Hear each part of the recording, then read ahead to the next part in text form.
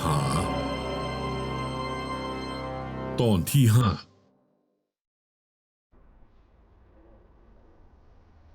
27 28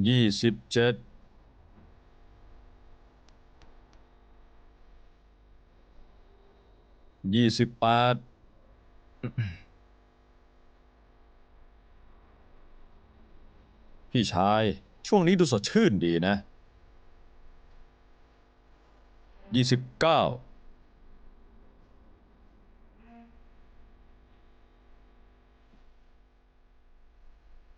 30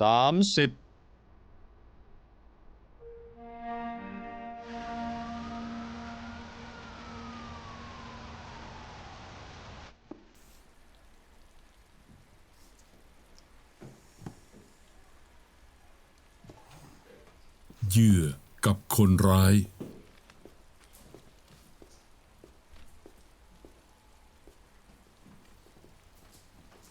เหยื่อกับคนร้ายเหยื่อ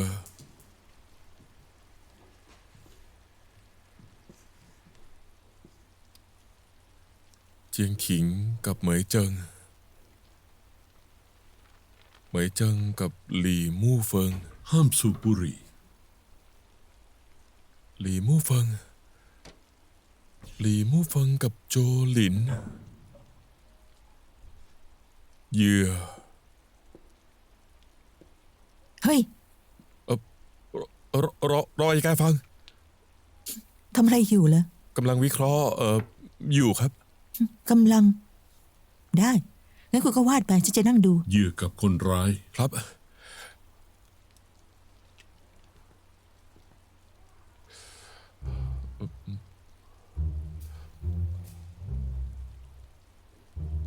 นี่คุณวาดต่อไม่ได้แล้วใช่ไหมไม่เข้าใจรูปคดียิ่งวาดก็ยิ่งสับสนนะสิ ตอนนี้อาจสับสนอยู่บ้างครับ แต่ผมคิดว่า3คดีนี้มีความเชื่อมโยงกันอยู่ ผมอยากไล่เรียงให้ชัดเจนจะได้รู้ว่าหัวหน้าต้นฆ่าคนหรือป้องกันตัวโดยชอบธรรม อ๋อ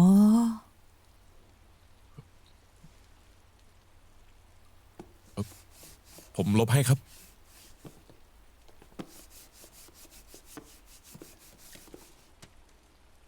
14 ปีก่อน หลี่มู่เฟิงฆ่าโจหลิน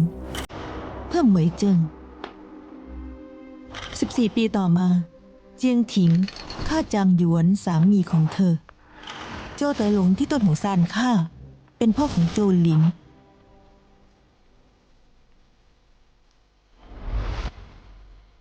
เข้าใจหรือยัง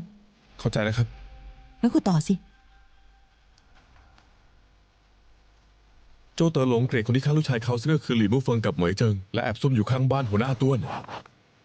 14 ปีก่อนเจียงถิงให้การเป็นพยานว่าหลี่มู่เฟิงกับเหมยเจิงมีสัมพันธ์ชู้สาวแต่14 ปีต่อมาเจียงถิงฆ่าจางหยวนเหมยเจิงที่เคยถูกเธอใส่ร้ายกลับมาเป็นพยานให้เธอ อัยการเจ้าของคดีทั้ง2 คดีนี้คือต้นหงซาน ดังนั้นทุกคนในนี้ล้วนเกี่ยวข้องกับคดีเมื่อ14 ปีก่อน ไม่ใช่ ดังนั้นเกี่ยวข้องกับคนคนเดียว ต้นหงซาน รออัยการฟังทำไมคุณถึงคิดว่าหัวหน้าต้วนเป็นผู้อยู่เบื้องหลังล่ะครับ ฉันบอกตอนไหนว่าเขาเป็นผู้อยู่เบื้องหลังเนี่ย คุณก็หมายความแบบนั้นไม่ใช่เหรอ ฉันหมายความว่ายังไง คุณสงสัยหัวหน้าต้วนไม่ใช่เหรอครับ ฉันสงสัยหัวหน้าตัวหรือยังไง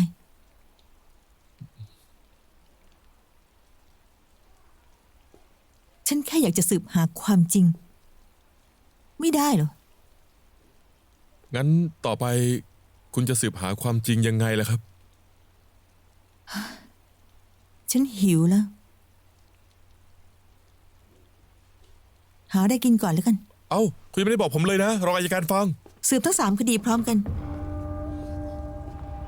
สืบทั้ง3 คดีพร้อมกัน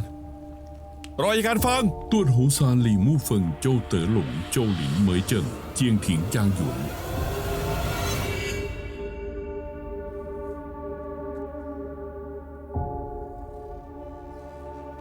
ประมวลกฎหมายอาญา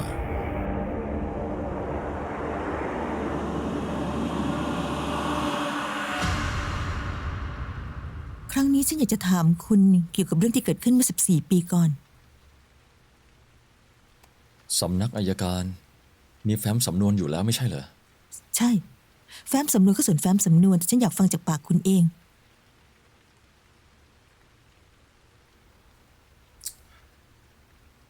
ผมก็ไม่คิดว่านี่ก็ผ่านมาตั้งหลายปีแล้ว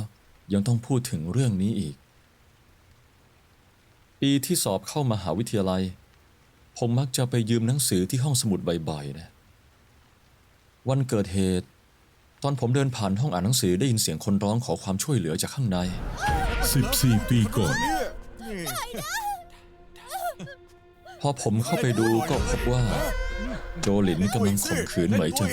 ตอนนั้นผมเลือดขึ้นหน้าก็เลยเข้าไปผลักโจหลินออก แล้วลากเหมยเจิงวิ่งออกมา แต่โจหลินมีไม้อยู่ในมือ เขาตามมาแล้วฟาดเข้าที่ท้ายถอยผม1 ที ปล่อยนะ ไป ปล่อยบอกให้ปล่อย มีใครอยู่ไหม มีใครอยู่ไหม พูดตามตรงตอนนั้นผมกลัวมาก ผมสู้โจหลินไม่ได้แน่ๆพอผมล้มลง เขาก็ทุบตีผมไม่หยุด เป็นยังไงฮะ เธอหยุด เป็นยังไง มีใครอยู่ไหม เป็นยังไง มีใครอยู่ไหมหยุดตีได้แล้ว บอก หยุด อย่ามา ตี ยุ่ง หยุด นี่นี่ มีใครอยู่ไหม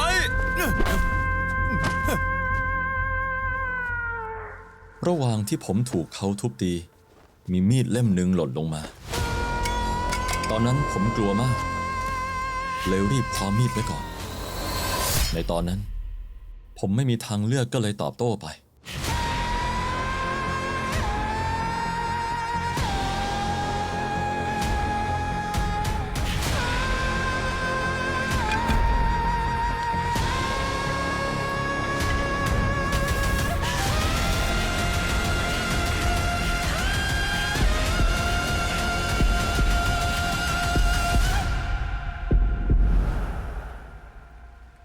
ตอนที่โจหลินทุบตีคุณกับเหมยเจิง ไม่ได้ร้องขอความช่วยเหลือเลยเหรอ พวกเราทำแล้ว แต่ว่าช่วงปิดเทอมห้องสมุดคนน้อยอยู่แล้ว แถมวันนั้นฝนก็ตกด้วย อาจจะเป็นโชคชะตา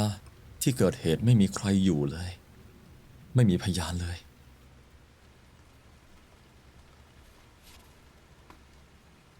แล้ว ก่อนหน้านั้น คุณรู้จักเหมยเจิงหรือเปล่า เราเรียนโรงเรียนเดียวกัน เธอเป็นรุ่นพี่ผม1 ปี แต่ไม่เคยคุยกันเลย อาจจะพอคุ้นหน้าอยู่บ้างอะนะ คุณยอมเสี่ยงชีวิตช่วยเหมยเจิง เพราะคุณชอบเธอเหรอ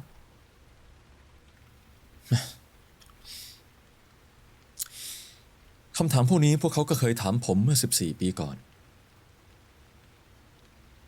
แต่การช่วยใครสักคนไม่จำเป็นต้องมีเงื่อนไขหรอกมั้งครับ ดังนั้นก็คือ แค่บังเอิญผ่านมาเห็นเหตุการณ์พอดี แล้วก็เลยช่วยเหลือใช่ไหม ถ้าเป็นการช่วยเหลือจริงๆ ผมก็คงไม่ถูกตัดสินจำคุกหรอก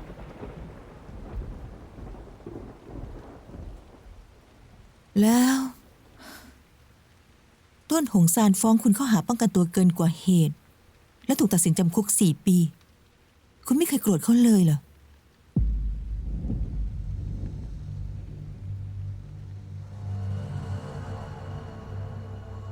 โกรธสิ ผมต้องเคยโกรธอยู่แล้ว ผมก็หวังว่าตัวเองจะบริสุทธิ์ แต่ผลการตัดสินที่ออกมา ผมก็ยอมรับได้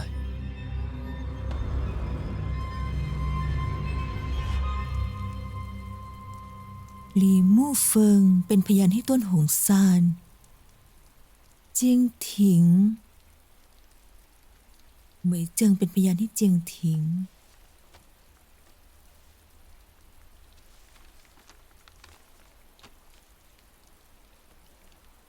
มหาวิทยาลัยปิดเทอมแล้วฉันอยากกลับไปเยี่ยมโรงเรียน มหาวิทยาลัยปิดเทอมแล้ว ฉันอยากกลับไปเยี่ยมโรงเรียน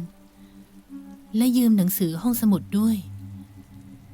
ตอนฉันเรียนอยู่โรงเรียนมัธยมที่ 3 ชอบไปห้องสมุดมาก 14 ปีก่อน วันนั้น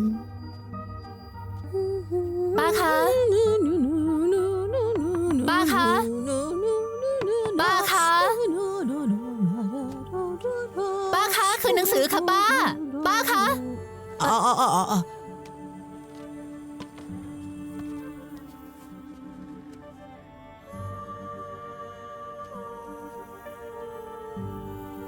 อ่ะ เรียบร้อ ข ย อบคุณค่ะ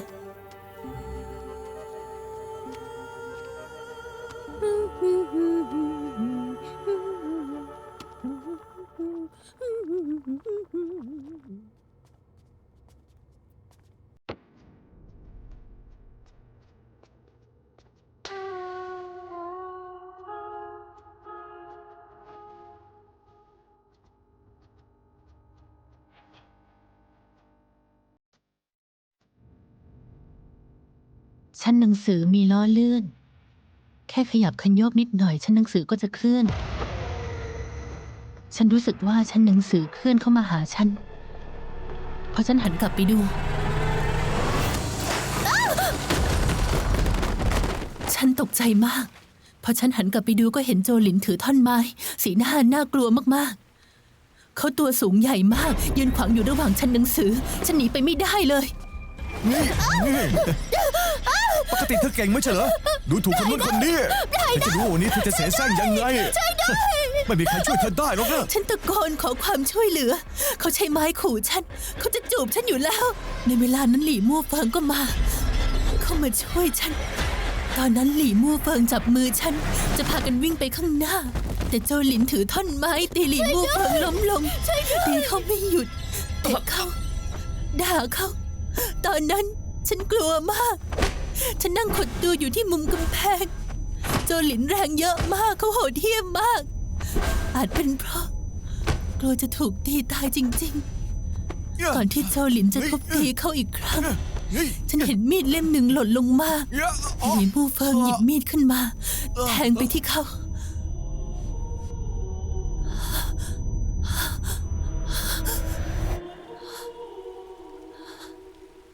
วันนั้นวุ่นวายมากจริงๆ สิ่งที่ฉันจำได้ก็มีเท่านี้ รออัยการฟัง รออัยการฟัง ผมบอกว่าคำให้การของทั้งสองคนไม่ต่างกันมาก ดูผิวเผินอาจจะคล้ายกัน แต่ความจริงแล้ว ก็มีความแตกต่างอยู่บ้าง ความแตกต่างในรายละเอียด ความแตกต่างกันยังไง ฉันถามพวกคุณสักคำถามนะ ถ้าหาก เมื่อหลายปีก่อน มีคนทำให้พวกคุณต้องติดคุก หลายปีต่อมาเขาเกิดเรื่อง และคุณก็สามารถพิสูจน์ได้ว่าเขาบริสุทธิ์ พวกคุณจะทำยังไง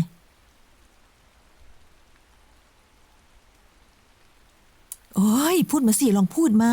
คุณพูดสิ ผม คุณพี่กล้าพูด คุณล่ะเสี่ยวติงจะทำยังไง ถ้าเขาทำร้ายผมจริงๆ ผมอาจจะเลือกที่จะเงียบ รองอัยการฟางผมคิดว่านะ การที่หลีมู่เฟิงเป็นพยานให้ต้วนหงซานกับการที่เหมยเจิงเป็นพยานให้เจียงถิงมันก็ไม่ต่างกัน ถ้าเหมยเจิงไม่รู้ว่าเจียงถิงเคยใส่ร้ายเธอ การช่วยเป็นพยานอาจเพราะความเห็นใจก็ได้ หลักการเดียวกัน 14 ปีก่อน ถ้าหลีมู่เฟิงทำเพื่อขอบคุณต้วนหงซานที่ช่วยลดหย่อนโทษเขาก็อาจจะให้การเท็จเพื่อช่วยต้วนหงซานก็ได้นะ จริงหรือเปล่าล่ะ ดังนั้น ประเด็นสำคัญทั้งหมดในตอนนี้คือเราต้องรู้ว่า เมื่อ 14 ปีก่อนหลี่มู่เฟิงรู้สึกขอบคุณต้นหงซานหรือเกลียดชังกันแน่ ใช่ไหม แล้วเขารู้สึกขอบคุณหรือเกลียดกันแน่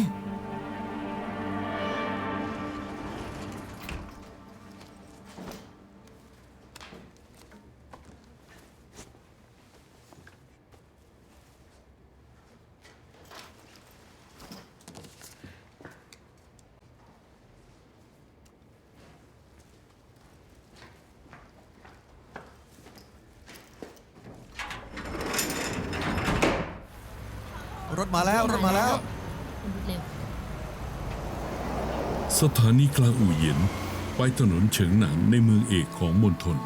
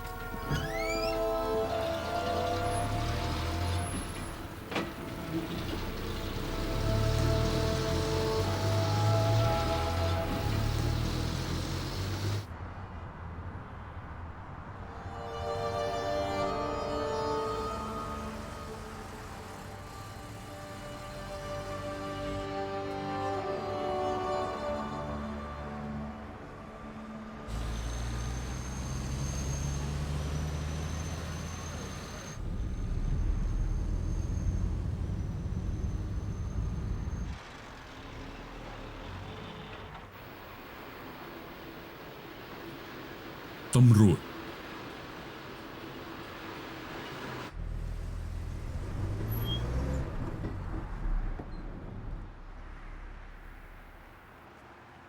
เปิดประตู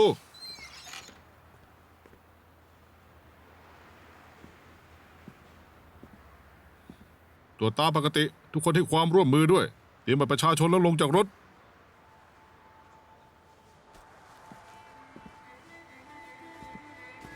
ตรวจอะไรเหรอ อ้าวคุณไม่รู้ ชื่อ เหร สกุล ฆาตกรฆ่า หลี่มู่เฟิง 5 คนแล้วหนีไปเหรอ จริงเหรอ ใช่โอ้น่ากลัวจะตาย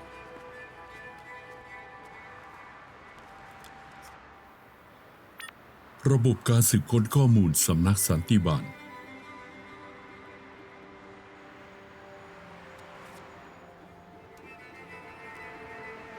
มานี่หน่อย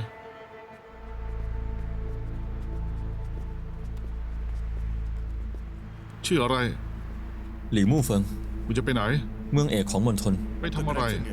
ผมอยู่ในเมืองเอกของมณฑล คนใดของครอบครัว แม่ผมอยู่ที่นั่น เกิดอะไรขึ้นนี่ใครเหรอ เฮ้ยผมจะบอกพวกคุณให้นะ เขาเรียนโรงเรียนมัธยมที่ 3 เมื่อก่อนน่ะเรียนที่เดียวกับผมเลย 14 ปีก่อนเคยฆ่าคนด้วย คุณอยากหัวนะ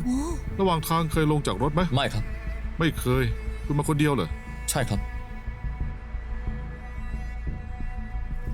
โอเค ได้ ทางด่วนเชื่อมท่าเรืออาอูเหยียน มาแล้วมาแล้วมาแล้วมาแล้วมาแล้วมาแล้วอย่ามานั่งข้างฉันนะอย่ามานั่งที่นี่นะอย่ามาใกล้ผมนะ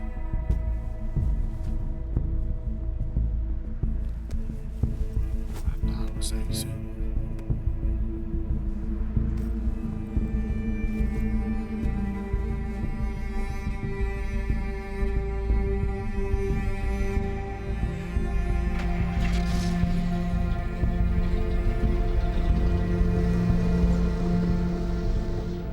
อะไรนะแม่ไม่ค่อยได้ยินเลย เด็ดมากเลยนะเขาบอกอยู่ชั้น 2 บีบแต่เสียงดังจะได้ยินไหมล่ะ แป๊บนะ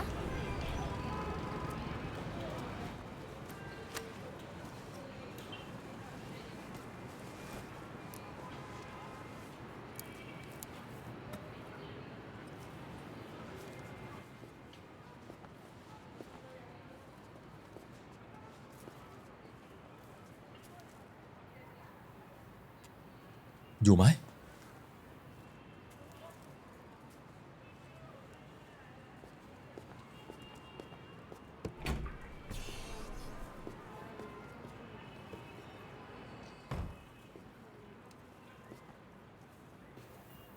นั่งสิ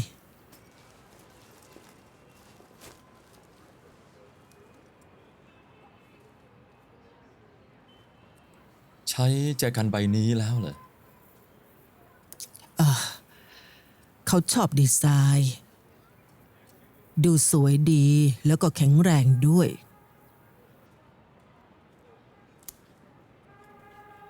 ไม่ได้คิดจะไปย้อมผมหน่อยเหรอ แก่แล้ว แม่ก็ต้องยอมรับทำไมลูกถึงมาไม่โทรบอกก่อนล่ะ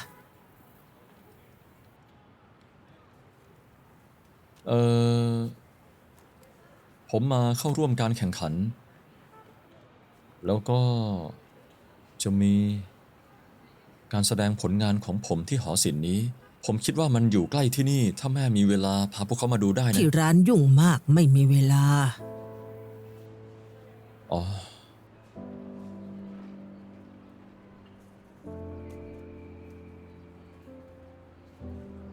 วางไว้ตรงนี้แล้วกัน ถ้ามีเวลาแม่จะไปแน่นอน ครับ นี่คือ รอแป๊บหนึ่งนะ ตั๋วเข้างานครับ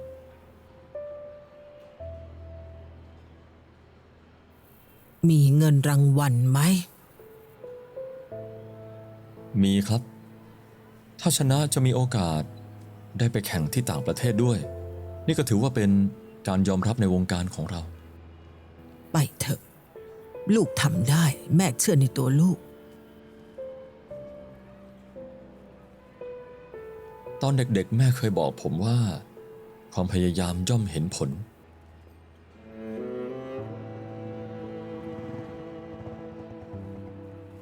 เขากลับมาแล้ว รีบไปเร็วเข้าเร็วเข้าเร็วเข้าเร็วเร็วเร็วเร็วเร็ว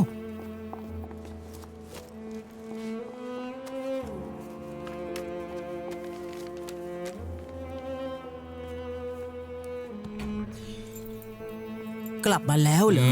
เออ เอ๊ะเรื่องการสอบเข้ามัธยมต้น คุณได้เรื่องบ้างหรือยัง เขาบอกว่าอีก2 อาทิตย์เนี่ยจะมีหลายโรงเรียนเริ่มรับสมัครนักเรียนความสามารถพิเศษแล้วเสี่ยวเป่าเก่งภาษาอังกฤษใช่ไหมผมคิดว่าห้องเรียนพิเศษ ภาษาอังกฤษของโรงเรียนสาธิตก็ไม่เลวนะ ก็ดีนะ งั้นก็ไปลองดู แม่ปัญหาคือลูกชายของคุณเนี่ย เขาทำไมเหรอ ก็เรื่องประวัติอาชญากรรมของเขาน่ะสิจะส่งผลกับการเข้าเรียนของเสี่ยวเป่าไหม ฉันเคยไปถามที่สถานีตำรวจแล้ว เขาบอกว่าเว้นแต่จะสมัครเข้าหน่วยงานรัฐ ก็อาจมีปัญหาตอนตรวจประวัตินอกนั้นน่าจะไม่เป็นอะไร อะไรคือนอกนั้นน่าจะไม่เป็นอะไร ถ้าอีกหน่อยเสี่ยวเป่าอยากสมัครเข้าหน่วยงานรัฐแหละนี่ก็เท่ากับเป็นการทำลายอนาคตของเขาตั้งแต่ตอนนี้เลยนะสิ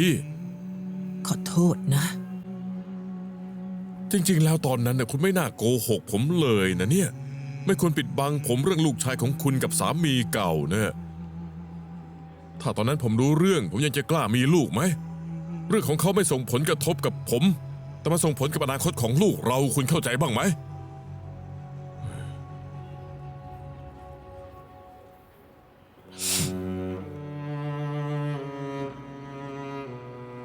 เฮ้ยช่างเถอะเรื่องนี้ผมพูดไปซะนี่มันเรื่องอะไรกันเนี่ย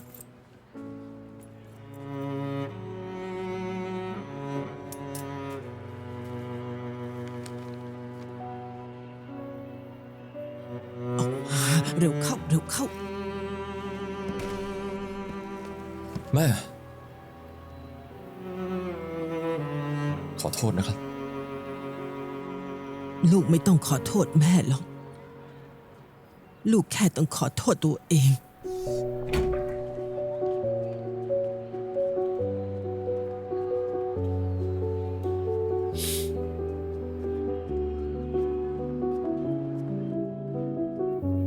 清晨微风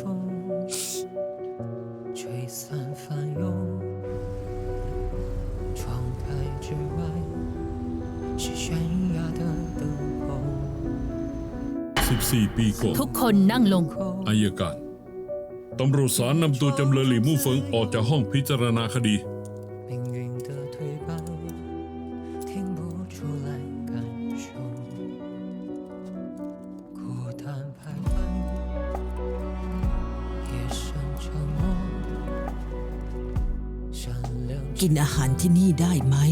辗转中相守， ทำไมผอมลงขนาดนี้ 漫长 ลูกอยากกินอะไรคราวหน้าแม่จะเอามาให้ 纷如漩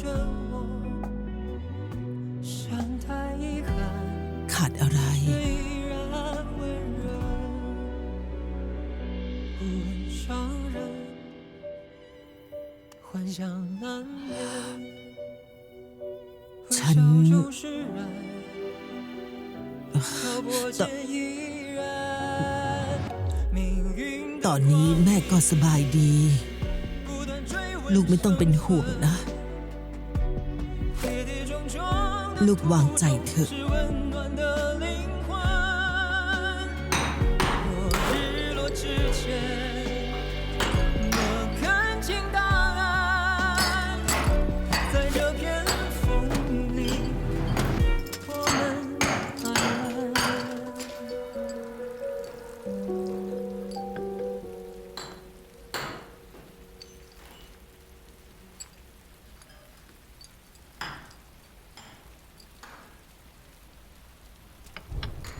วัตถุแตกหักง่าย สวัสดีค่ะ สวัสดีครับ มีธุระอะไรเหรอ ลูกศิษย์คุณอยู่ไหมคะ เขากำลังทำแก้วอยู่ คุณอย่าเพิ่งไปรบกวนตอนนี้เลย ฉันไม่ได้มาหาเขา ฉันมาหาคุณ เออ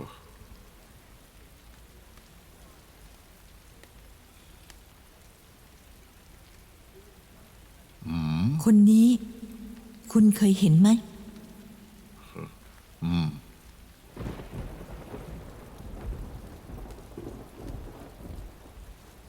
ประมาณครึ่งปีก่อน เขาเคยมาที่นี่ และทำงานแก้วของคุณแตกด้วย งานของผมมีแค่ผมที่ทำแตกได้ คนอื่นทำไม่ได้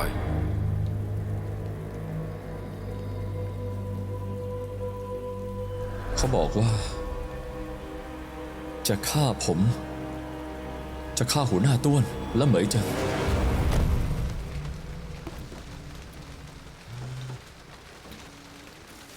เอานี่ข้าวโพด เอ๊ะขอบคุณนะครับพี่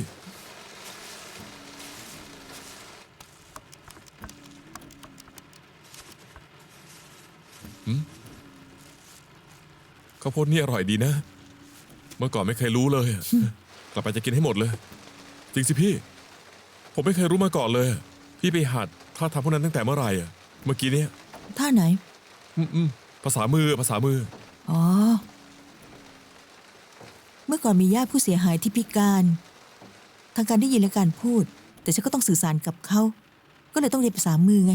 พอสื่อสารไปเรื่อยๆ ก็เป็นเอง อย่างพี่เรียกว่า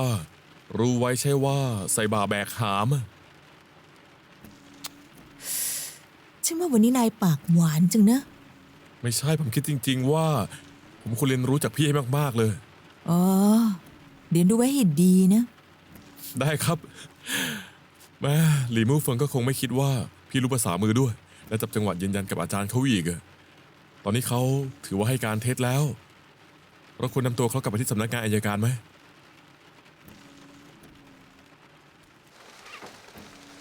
ฉันอยากถามต้นของซานก่อน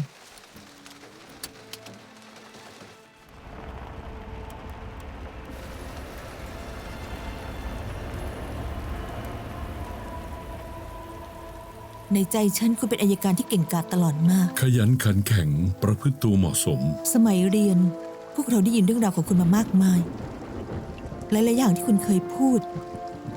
ฉันยังจำได้จนถึงตอนนี้ ห้องสอบปากคำ2 ฉันจำได้ว่าอาจารย์ของเราเคยพูดว่า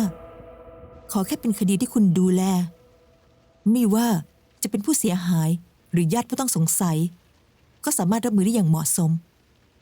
พยายามทำให้สมบูรณ์แบบที่สุด และไม่มีการอุทธรณ์อีก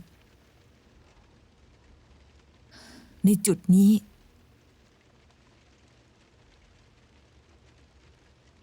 คุณเป็นคนที่ฉันนับถือ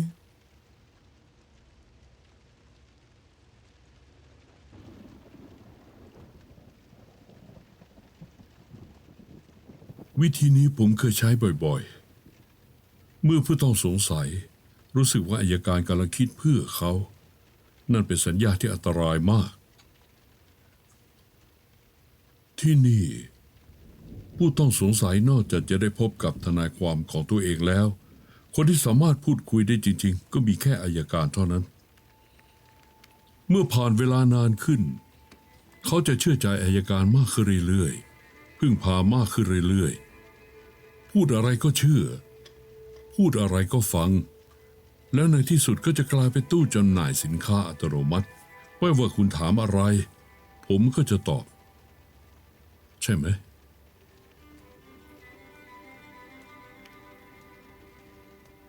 ที่มาวันนี้เพราะเจอเบาะแสใหม่เลย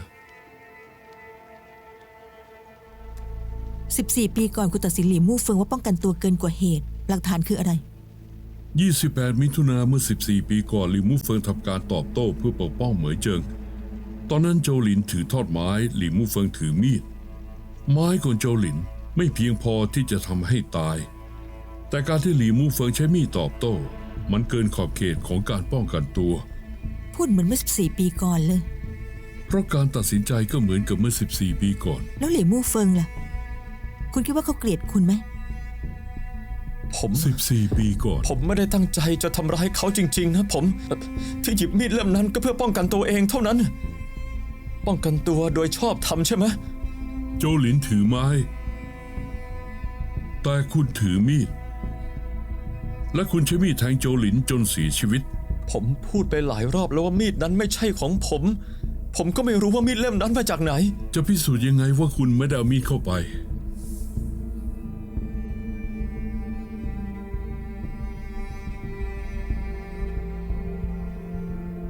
ผมพิสูจน์ไม่ได้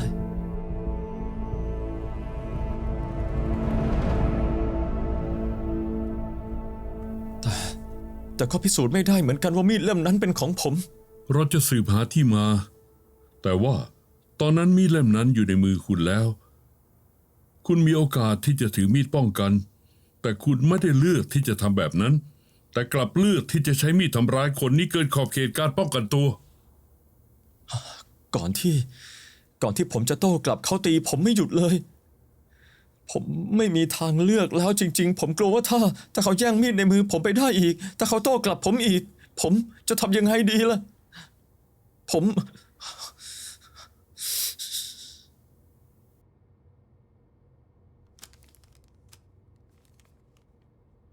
หลีมู่เฟิง คณะแรกที่คุณเลือกในการสอบเข้ามหาวิทยาลัย คือคณะนิติศาสตร์มหาลัยการเมืองและกฎหมาย เราไปที่บ้านคุณมาแล้ว ในห้องหนังสือของคุณมีหนังสือเกี่ยวกับการสอบเนติบัณฑิตมากมาย ใช่ผมได้โควต้าเข้ามหาวิทยาลัยการเมืองและกฎหมายแล้วว่าผมเองก็อยากจะเป็นอัยการ เหมือนกับพวกคุณ ก็เลยเตรียมตัว ศึกษาล่วงหน้าเอาไว้บ้าง คุณเข้าใจข้อกฎหมายเรื่องนี้ดี ห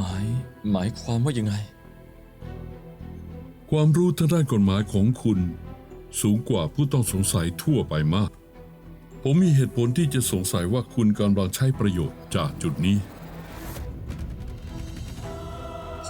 ผมจะใช้ประโยชน์จากกฎหมายข้อนี้ได้ยังไง เพราะผมเข้าใจกฎหมาย ผมจึงรู้ดีว่า การป้องกันตัวโดยชอบธรรมนั้นยากแค่ไหนในทางปฏิบัติแล้วจะใช้ได้ยังไง ได้พวกคุณจะบอกว่าผมรู้มากก็ได้ แต่การกระทำทั้งหมดของผมนั้นเข้าเงื่อนไขการป้องกันตัวโดยชอบธรรม คำถามนี้คุณควรไปถามเขา เขาตอบด้วยการกระทำแล้ว เขามาให้การเป็นพยาน เขาบอกว่า โจเต๋อหลงตามรังควานเขาตลอด แถมยังขู่ฆ่าพวกคุณด้วย แน่นอนที่เป็นคำให้การเท็จ เป็นคำโกหกที่จับพิรุธได้ง่ายๆ คุณคิดว่าทำไมเขาถึงให้การเท็จ ที่ดูเหมือนจะเป็นประโยชน์ต่อคุณ แล้วก็ถูกเปิดโปงทันทีทำให้คุณเสียเปรียบมากขึ้น คุณคิดว่าเขาทำเพื่ออะไร เพราะตั้งแต่ต้นจนจบเขาเชื่อว่าตัวเองแค่ป้องกันตัวโดยชอบธรรม เขาคิดว่าคุณทำลายชีวิตเขา นี่คือคำตอบของหลี่มู่เฟิง ที่ตอบด้วยการกระทำ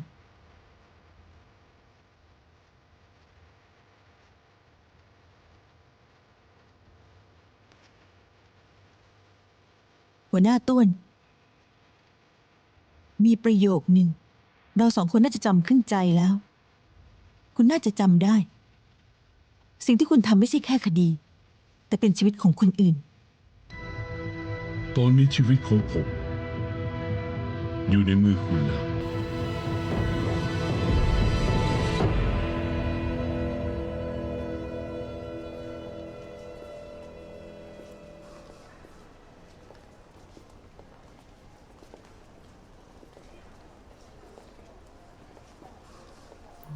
ชิ้นนี้ดูดีนะคะ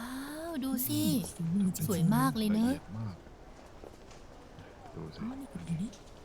สวยๆเลยโอ้โหดูชิ้นนี้สิศิลปินดังมากเลยนะเนี่ยแฝงความหมายเอาไว้ด้วยน่าทึ่งมาก พ่อครับ แม่ครับ มาดูสิ นี่คือผลงานของพี่ สวยมากนะ ให้สีนี่มาก เอ๊ะผลงานหมายเลข 9 แนวคิดดีนะเนี่ย มองเสือดาวผ่านกระบอกไม้ไผ่สุภาพบุรุษเปลี่ยนแปลงดังเสือดาวน่าสนใจทีเดียว นี่เป็นผลงานที่ดีที่สุดที่ผมเห็น สัดส่วนถูกต้องแม่นย อ๋อมีพื้นฐานด้านประติมากรรม สีสันของกระจกนี่ก็ดูทันสมัยเนี่ยบนตัวเสือดาวยังสื่อถึงความยากลำบากของสังคม และความขัดแย้งกับสัญชาตญาณดิบด้วย ำเรียกได้ว่ามีทั้งความงามและความหมายลึกซึ้งงานในวันนี้ ชิ้นนี้เป็นผลงานที่ผมชอบมากที่สุดแล้วนะครับยอดเยี่ยมมากๆน่าชื่นชมทุกจุดเลย จริง ดียอดเยี่ยมไม่เลวไม่เลวเลยนะว่าไหมฝีมือใช้ได้นะเนี่ยไม่ธรรมดา ตื่นเต้นไหม นิดหน่อยครับ ผลลัพธ์น่าพอใจเลยใช่ไหม ไม่รู้สิ ผลยังไม่ออกเลย ผลลัพธ์อยู่บนใบหน้ากรรมการแล้ว ฉันก็คิดว่าผลงานของคุณดีมาก มุมนู้นก็มีนะครับ จริง ศิลปินใหม่ที่จะโชว์ผลงานครั้งแรก แต่คุณคงไม่ได้มาเพื่อพูดเรื่องนี้ ใช่ไหม ไปกับฉันหน่อย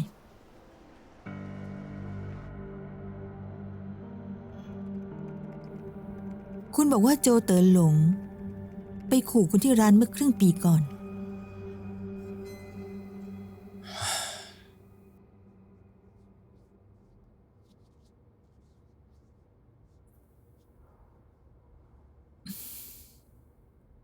คุณรู้ไหมว่า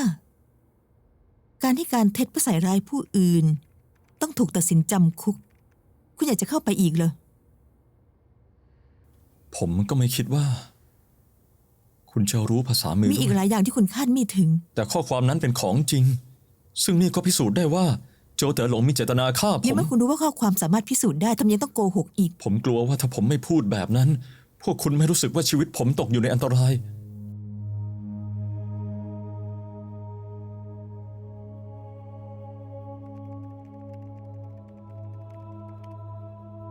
ฉันไม่คิดเลยว่า 14 ปีมานี้ คุณไม่เพียงแต่เชี่ยวชาญด้านกฎหมาย แต่ยังเชี่ยวชาญด้านจิตใจคนอีกด้วย คดีของผมในตอนนั้น ถึงแม้จะถูกทำร้าย ถึงแม้จะมีมีดอยู่ในที่เกิดเหตุ แต่คำตัดสินสุดท้ายคือผมไม่ได้อันตรายขนาดนั้น ประเมินภัยคุกคามที่คนอื่นได้รับต่ำเกินไป แค่อยากให้พวกคุณให้ความสำคัญ นี่คือเหตุผลที่คุณให้การเท็จเหรอ ในสายตาพวกคุณมีแต่ความยุติธรรม มีแค่คนเดียวเท่านั้น ที่คิดถึงผมจริง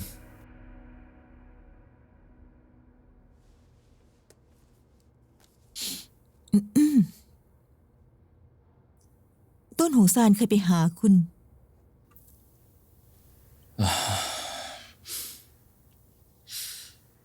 หลังจากที่ผมออกจากคุกก็หางานทำไม่ได้ พ่อแม่ผมก็ไม่ต้องการผมแล้วแม้แต่คนที่อยู่ก็ไม่มี เขาเป็นคนแอบแนะนำอาจารย์คนปัจจุบันของผม ช่วยหางานให้ผม ในตอนนั้นมีแค่เขาที่เคยช่วยผม งั้นคุณหมายความว่า คุณโกหกเพื่อช่วยต้นหงซานเหรอ ก็ไม่เชิงว่าช่วยหรอก ในเมื่อโจเต๋อหลงคิดจะทำร้ายผม เขาคงคิดจะทำร้ายหัวหน้าต้วนด้วย ในสายตาเขาเราล้วนเป็นศัตรู ไม่ใช่เหรอ ต้นหงซานพูดอะไรกับคุณอีกบ้าง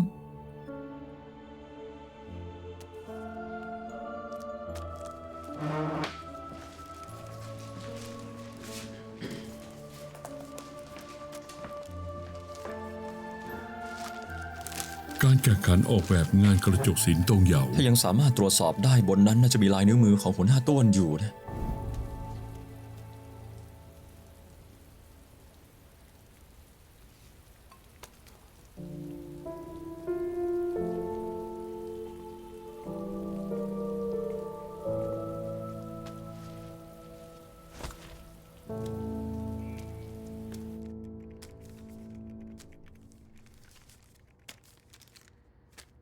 เขาไปหาคุณเพื่อเป็นกำลังใจให้คุณและให้ไปเข้าร่วมการแข่งขันนี้ เขายังบอกอีกว่า การป้องกันตัวโดยชอบธรรมเมื่อก่อนแทบไม่มีใครใช้ ศาลตัดสินให้บริสุทธิ์ไม่ได้ แต่ตอนนี้ เขาอยากกู้กฎหมายนี้ขึ้น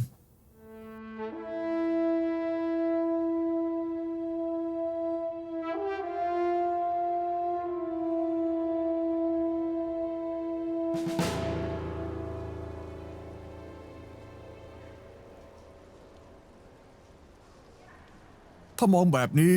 ผมว่าผลงานชิ้นนี้มันก็ไม่มีอะไรโดดเด่นเลยนะเนี่ย ถ้าเป็นแนวคิดของคนทั่วไป ก็ถือว่าฉลาดมาก ใช้ภาพลักษณ์ของกรงขัง แต่กลับสะท้อนถึงประสบการณ์จริงจังที่ตัวเองเคยติดคุก จุดนี้เนี่ยทำให้ดูไม่ลึกซึ้งมีระดับเลย ดูธรรมดา หรืออาจจะต่ำไปด้วยซ้ำ